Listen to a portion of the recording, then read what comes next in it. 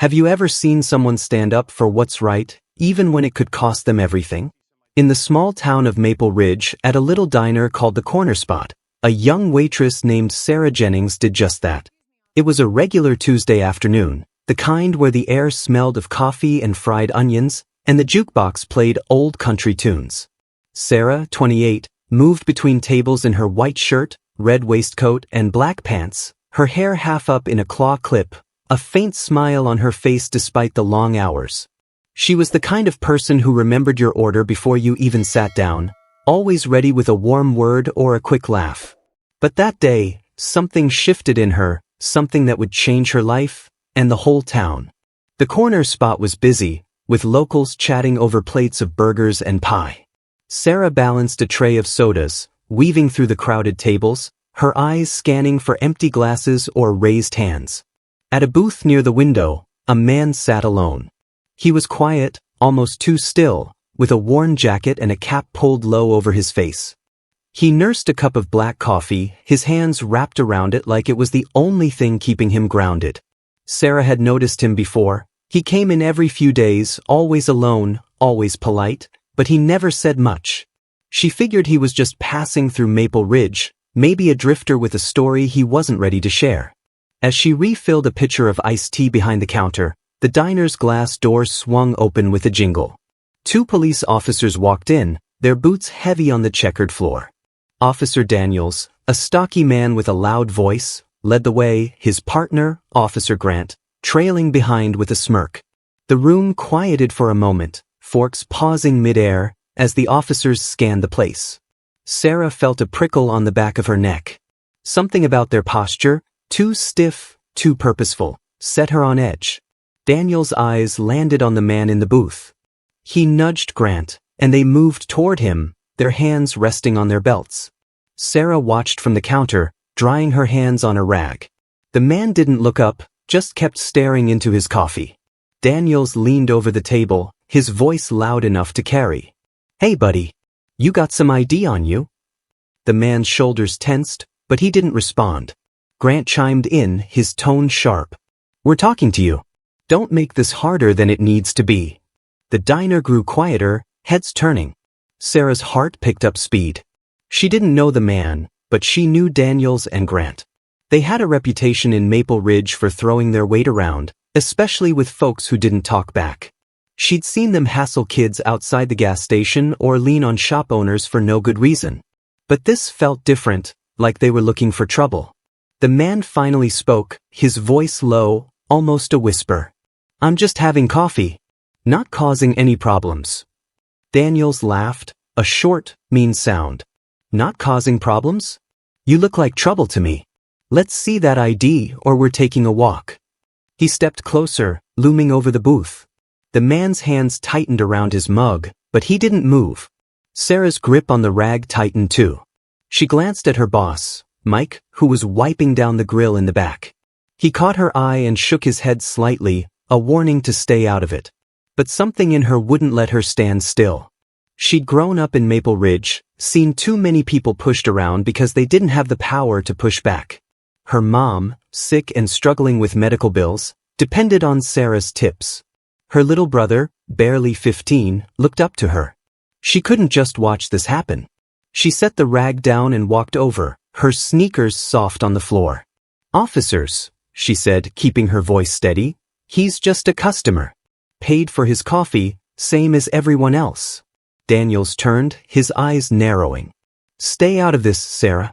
This doesn't concern you." But Sarah didn't back down. She stepped closer, her hands on her hips. "It concerns me when you're harassing someone in my diner for no reason. He's not doing anything wrong." The room felt electric now, every eye on her. Grant snorted, folding his arms. "Your diner? Last I checked, you just pour coffee here. Go back to your job, sweetheart." The words stung, but Sarah held her ground. She looked at the man, who finally raised his eyes to meet hers. They were tired, deep-set, like he'd seen too much. But there was something else there too, gratitude, maybe, or hope. "I'm not going anywhere," Sarah said, her voice louder now, carrying across the diner. "If you've got a real reason to bother him, say it. Otherwise, Let him drink his coffee in peace. A murmur rippled through the crowd. A few locals nodded, others whispered. Daniel's face reddened, his jaw tight. "You're making a big mistake, Jennings," he said, stepping toward her. "You don't want to be on the wrong side of this." Sarah's heart pounded, but she didn't flinch. She thought of her mom, fighting to get better, and her brother, who needed her to be strong. "I'm not the one making a mistake," she said, her voice clear. "You're the ones picking on someone who's done nothing to you. That's not what Maple Ridge is about." The man in the booth shifted, pulling his cap lower. "It's okay," he said softly, like he was trying to calm things down. "I'll go." But Sarah shook her head. "No. You stay. You've got as much right to be here as anyone." She turned back to the officers, her eyes steady. "If you want to take someone out of here, it's not gonna be him." The diner was dead silent now, the air thick with tension. Daniels and Grant exchanged a look, their confidence faltering. The crowd was watching, phones starting to come out. A woman at a nearby table, Mrs. Carter, who'd known Sarah since she was a kid, spoke up. "She's right. Leave the man alone." Another voice, from the back, chimed in. "Yeah, what's he done?" The support grew, a low hum of agreement spreading through the room. Daniels took a step back, his face a mix of anger and uncertainty. He pointed at Sarah. "This isn't over," he said, his voice low. Then he jerked his head at Grant, and they turned, pushing through the door with a jingle that felt louder than it should. The diner erupted in chatter, some clapping, others whispering. Sarah let out a breath she didn't know she'd been holding, her hands shaking slightly. She turned to the man, who was watching her now, his expression unreadable. "You okay?" she asked. He nodded, a small gesture. "Thank you," he said, his voice barely above a whisper. "You didn't have to do that." Sarah managed a smile, though her stomach was still in knots. "Yeah, I did," she said. "Nobody should be treated like that." As she walked back to the counter, she noticed a young guy in the corner, his phone still raised, recording. He gave her a thumbs up, his face lit with excitement. "That was awesome," he said. "This is going viral." Sarah frowned, not sure what he meant, but she didn't have time to think about it. The diner was buzzing, customers calling her over, asking if she was okay, telling her they'd never seen anything like that. Mike, her boss, gave her a look that was half proud, half worried. "You're gonna catch hell for this, Sarah," he said quietly. She nodded, knowing he was right. The man in the booth finished his coffee, left a crumpled $10 bill on the table, and slipped out without another word. Sarah watched him go, wondering who he was, why the officers had targeted him. There was something about him, something heavy, like he carried a weight she couldn't see. As the door closed behind him, she felt a strange mix of relief and unease. She'd done the right thing, but at what cost? The rest of her shift passed in a blur, with customers retelling the story, some even slipping her extra tips. But as the day wound down and the diner emptied, Sarah couldn't shake the feeling that something bigger was coming. She wiped down the counter, her red waistcoat feeling heavier than usual, and glanced out the window at the quiet streets of Maple Ridge. Whatever happened next, she knew one thing. She'd stood up for what was right, and that was worth something. The bell above the door jingled as the last customer left the corner spot, leaving Sarah alone with the hum of the fridge and the faint smell of grease. She stood behind the counter, her white shirt untucked now, her red waistcoat draped over a stool. Her hands still trembled from the standoff with the officers, but she pushed the feeling down, wiping the counter in slow, steady circles. The young guy with the phone had left hours ago, his words about going viral stuck in her head. She didn't know much about the internet, but the way he'd grinned made her uneasy. As she locked up, the neon sign outside flickered, casting a red glow over Maple Ridge's quiet main street. She pulled her jacket tight and headed home, unaware that her life was about to unravel. By morning, Sarah's phone was buzzing nonstop. She woke to a flood of notifications, texts, voicemails, even emails from people she didn't know. Her brother, Ethan, burst into the kitchen, his eyes wide. "Sarah, you're everywhere." He shoved his phone in her face, showing a shaky video of her standing up to Daniels and Grant. The clip cut off just as the officers stormed out, but her voice, clear and firm, rang through. If you want to take someone out of here, it's not gonna be him. Below the video, a hashtag was spreading like wildfire, #StandLikeSarah. Thousands of likes, shares, comments. People called her a hero, a voice for the little guy. Others, though, weren't so kind. Troublemaker, one comment read. "She's gonna regret this," said another. Sarah's stomach churned as she scrolled. She handed the phone back to Ethan, trying to laugh it off. "It's just noise," she said, but her voice shook. She got ready for work, pulling her hair into its usual claw clip, her waitress uniform feeling like armor she wasn't sure she could trust. At the corner spot, the mood was different. Customers stared as she poured coffee, some whispering, others asking for selfies. A few regulars, like old Mr. Thompson, squeezed her hand and said, "You did good, kid." But others avoided her eyes, their silence louder than words. Mike, her boss, pulled her aside during a lull. "Cops came by this morning," he said, his face grim. "Didn't say much, but they're watching. Be careful, Sarah." The next few days were a blur of tension. The video kept spreading, racking up millions of views. News vans parked outside the diner, reporters shoving microphones in her face as she walked to her car. "Sarah, what made you stand up to the police? Are you scared of retaliation?" She kept her answers short, her heart racing. "I just did what felt right," she'd say, then duck away. But Maple Ridge wasn't the safe haven it used to be. Eggs splattered her car one night, the yolk drying in ugly streaks. Threatening notes appeared under the diner's door, calling her a traitor, telling her to leave town. Ethan found her crying in the kitchen one evening, her hands shaking as she read a letter that said, "You'll pay for this." He hugged her tight, his voice fierce. "You're not alone, Sarah. We'll get through this." The backlash wasn't just from strangers. Some locals, people she'd known her whole life, turned cold. Mrs. Larson, who ran the bakery, stopped saying hello. The town's police chief, a friend of Daniel's, made a statement on TV, calling the incident a misunderstanding and praising his officers.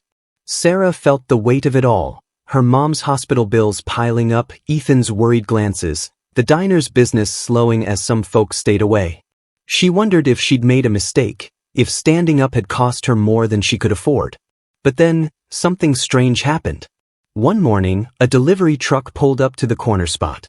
A man in overalls unloaded crates of brand new kitchen gear, pots, pans, even a shiny coffee machine. "For Sarah Jennings," he said, handing her a note. No signature, just a typed message. "Keep standing tall." Sarah stared at the crates, confused. Mike scratched his head. "Who's got this kind of money?" he muttered. A few days later, another surprise. An envelope arrived at her house, containing a new lease for the diner, paid in full for a year. No name, no explanation. Sarah's mom, weak but smiling from her hospital bed, squeezed her hand. "Someone out there believes in you," she said. The anonymous gifts kept coming. Groceries left on her porch, a stack of tires to replace the ones slashed on her car. Each one felt like a lifeline, pulling her back from the edge. Online, #StandLikeSarah was growing into a movement. People shared their own stories of standing up to bullies, of fighting for what was right. A college kid started a fundraiser for Sarah's family, raising thousands to help with her mom's bills. Strangers sent letters, calling her an inspiration. One note from a woman in Ohio stuck with her. "I was afraid to speak up once. You showed me I don't have to be." Still, the pressure didn't let up. Daniels and Grant were back in town, their patrol cars circling the diner like vultures. Sarah caught them staring through the window one afternoon, their faces hard. She forced herself to keep working, pouring coffee, smiling at customers, but her hands shook every time the door jingled. The mysterious man from the booth never came back, and Sarah couldn't stop wondering about him. Who was he? Why had the officers targeted him? His quiet, "Thank you," echoed in her mind, a reminder of why she'd spoken up.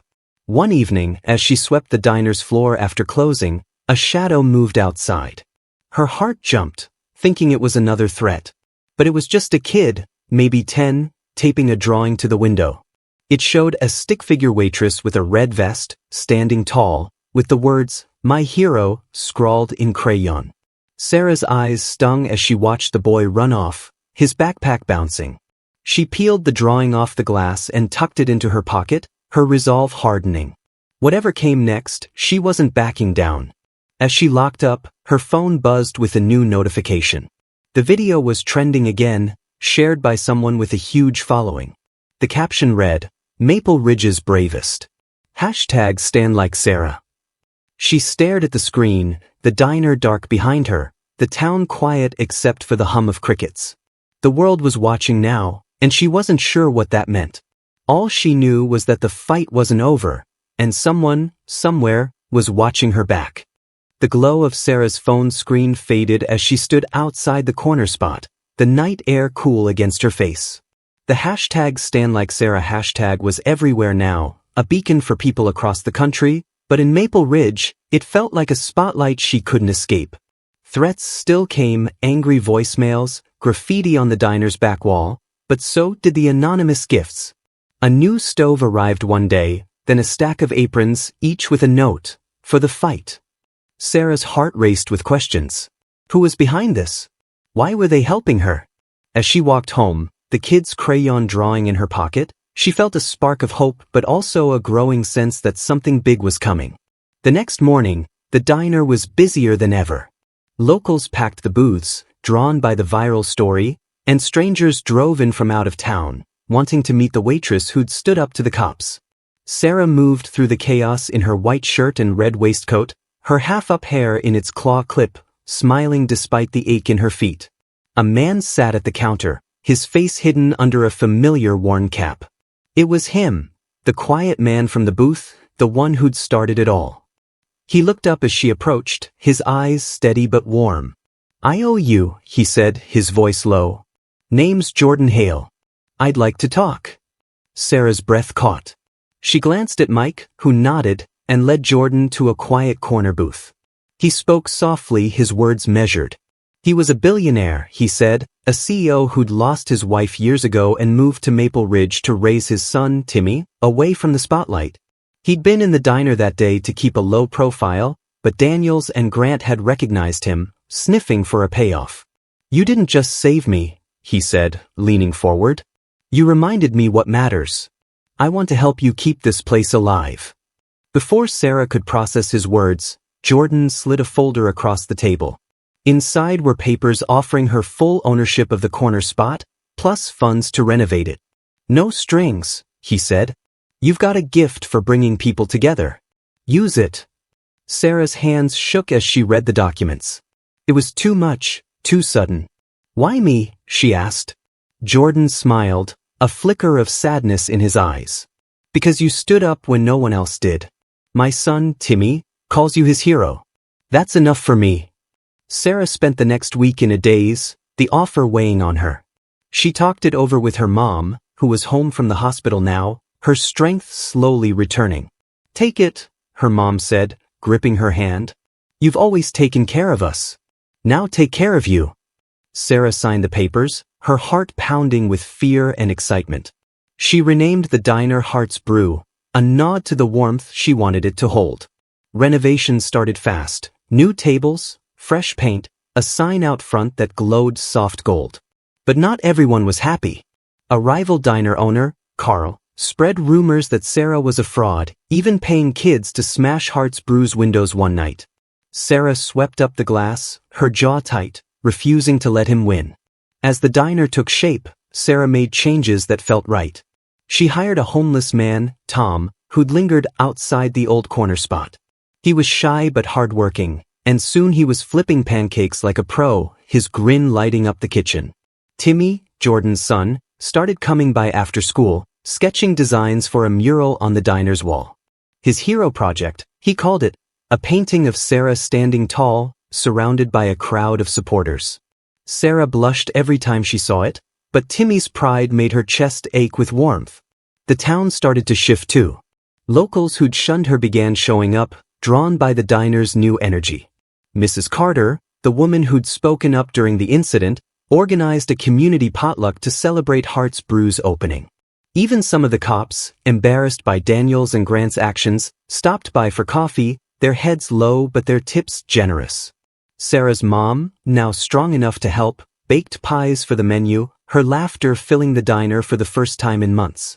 Ethan, her brother, took charge of the diner's social media, posting photos of the mural and Tom's pancakes, keeping #StandLikeSarah alive. But Carl's sabotage didn't stop. He bribed a health inspector to nitpick Hart's Brew, threatening to shut it down over minor violations. Sarah stayed up late, scrubbing every corner, her hands raw but her resolve unbreakable. When the inspector returned, he found nothing to fault, his face sour as he left. Word got out, and Carl's diner lost customers, his lies crumbling under the town's growing loyalty to Sarah. By opening day, Hart's Brew was packed, the line stretching down the block. Timmy's mural glowed on the wall, and Sarah's mom cut the ribbon, her eyes shining with pride. As weeks passed, Hart's Brew became Maple Ridge's heart. Families came for Sunday brunch, teens studied in the booths, and Tom trained new hires, his confidence growing. Jordan stopped by now and then, always quiet, always watching with a small smile.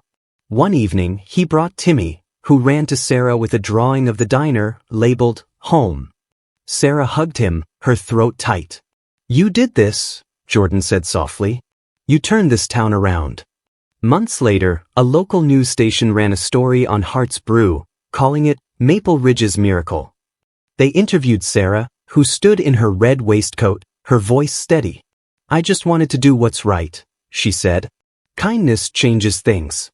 It's not always easy, but it's worth it." The story spread, and #StandLikeSarah trended again, this time with photos of the diner, Tom's smile, Timmy's mural. Letters poured in from across the country, people inspired to stand up in their own towns, to fight for fairness, to build something good. Sarah stood behind the counter one quiet evening, wiping it down as the jukebox played a soft tune.